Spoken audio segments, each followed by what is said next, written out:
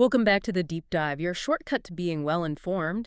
We sort through the noise and bring you the insights that matter. Good to be here. So today we're tackling something I bet a lot of photographers wonder about. In 2025, does it still make sense to buy an older full-frame DSLR, like the Nikon D610? Yeah, it's a really interesting question, especially with mirrorless taking over so much. Exactly, and the timing couldn't be better.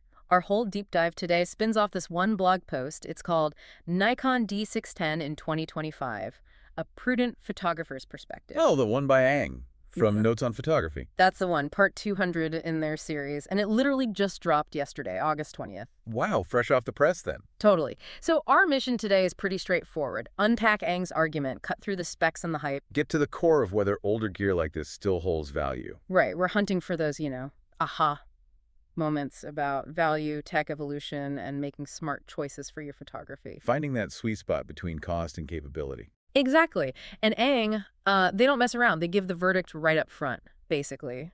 Yes, but only under specific circumstances. The classic, it depends. Pretty much, but it's those specific circumstances that are really telling, I think. That's what we need to explore. Okay, sounds good. Let's get into it. All right, so Ang kicks things off answering that big question. D610 in 2025, yay or nay? And like we said, it's a yes, but. A qualified yes. So what are the conditions? Okay, so Ang lays out three main things. It's a solid choice if you're on a tight budget. Makes sense.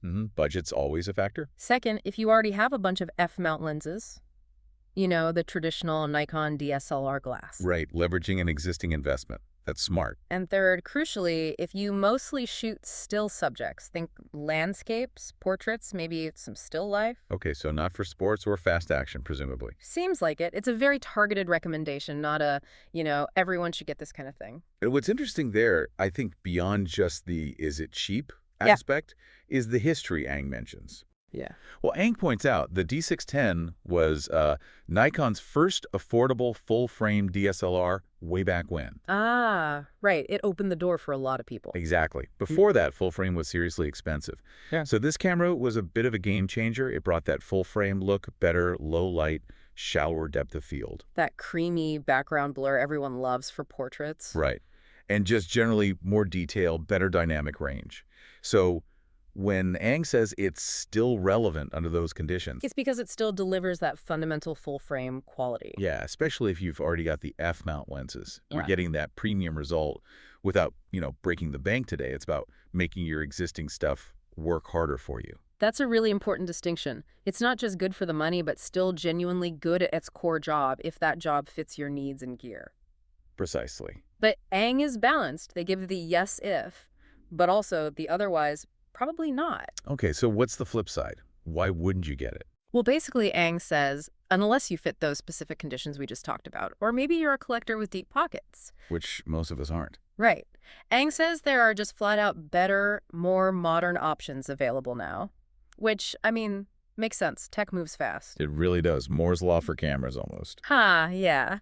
And Ang shares this great little story, this personal anecdote, that really highlights the value thing and how confusing things can look. Oh, yeah. What happened? They remember seeing the D610 priced at 1899 Malaysian ringgit, and right next to it was a D7000 for only 999. Okay, so about half the price for the D7000. Yeah.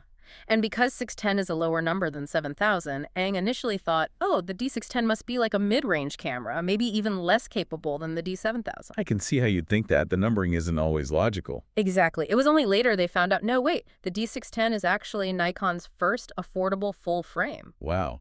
That's a perfect example of needing to look beyond the model number. Totally. Don't judge a camera by its number, I guess. And that anecdote, it really taps into a bigger issue, doesn't it?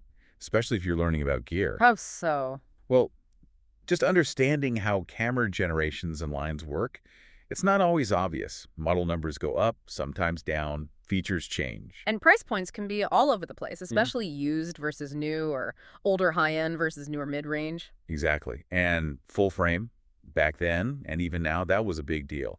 It always meant a higher price, better sensor performance. Ang's confusion really underlines why you have to dig deeper than the label. Do your homework, basically. Yeah. It's a lesson in being a critical consumer, really. For sure. But here's the twist. Even after figuring out the D610 was full frame, Ang didn't buy it. Oh. Why not? After realizing it was a good deal for full frame. Aang gives 3 reasons. First, a thin wallet, relatable. Very relatable. Second, they actually found the idea of carrying a big, bulky, full-frame DSLR kind of tedious today. Ah, the size and weight factor. That's huge for a lot of people now moving to mirrorless. Right.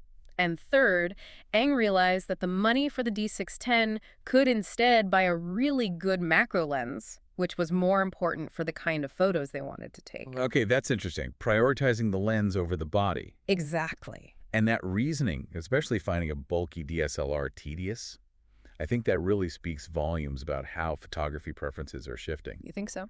Definitely. It highlights that demand for smaller, lighter cameras. But maybe more importantly, it shows that strategic thinking. What tool gets me the specific result I want? For Aang, it was the macro lens, not necessarily the full frame sensor at that point. So it's not just about the best camera overall, but the best for a specific job. Precisely. It pushes you, the listener, to think, what are my priorities? Is it size? Is it a specific type of lens? Is it the absolute cutting edge? Or is it value? Where should your money go? Body first or glass first? That's a great question, because we often get caught up in the latest body specs. We do. And Aang's current strategy really nails this down. They say their approach now is find the right lens first, and then pair it with the most affordable digital camera body, whether that's a DSLR or mirrorless. And that is solid advice. Many experienced photographers will tell you the same thing. Invest in good glass. Why is that so foundational? Well, lenses arguably have a bigger impact on the final image look, sharpness, bokeh character than the body does, within reason.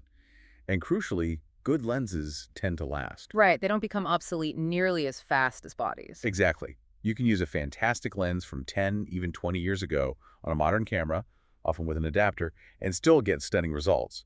But a cheap, poor quality lens, it'll hold back even the most advanced camera body. So Aang's strategy flips the usual script of chasing the newest camera model. It does. It forces you to think about long-term value and where the real image quality gains often lie. Okay, so wrapping this up, what does Aang's journey with the D610 mean for you listening right now, whether you're looking at cameras or really any tech purchase? I think Aang's story gives you a really practical mental model. Which is? Ask yourself, does this piece of older tech fit my budget? Does it work with stuff I already own, like lenses? And does it actually help me achieve my main goals right now? If the answer is yes to those 3, then that older tech might be an incredibly smart, prudent buy. It can offer amazing value and stop you from spending extra on features you just don't need. be a prudent photographer, like the title says. Exactly. Make informed choices based on your actual needs, not just the marketing buzz. Okay, so quick recap then. The Nikon D610 in 2025, it's not for everyone, Definitely not. but it holds a specific, valuable niche. It offers that full frame experience on a budget if you have f-mount lenses and if you shoot mainly still subjects. A solid option for a particular type of user, even today. Right. And maybe the final thought to leave everyone with is this. Aang's experience shows how older tech, viewed strategically, can be surprisingly valuable. So it makes you wonder, what other older gems might you be overlooking in photography, or even just in learning something new or buying other tools, things you dismiss just because they aren't the absolute newest? That's a great point. When is good enough actually more than good enough? Right. Or conversely, when do you genuinely need the latest and greatest for your specific situation, even if it costs more? It's about knowing the difference for yourself. Food for thought indeed. It's all about making that informed choice tailored to you. Couldn't agree more. Fantastic. Well, thanks for digging into that with me. And thank you for joining us on this deep dive. Keep asking questions, keep thinking critically about your gear and your goals. And happy shooting. We'll catch you on the next one.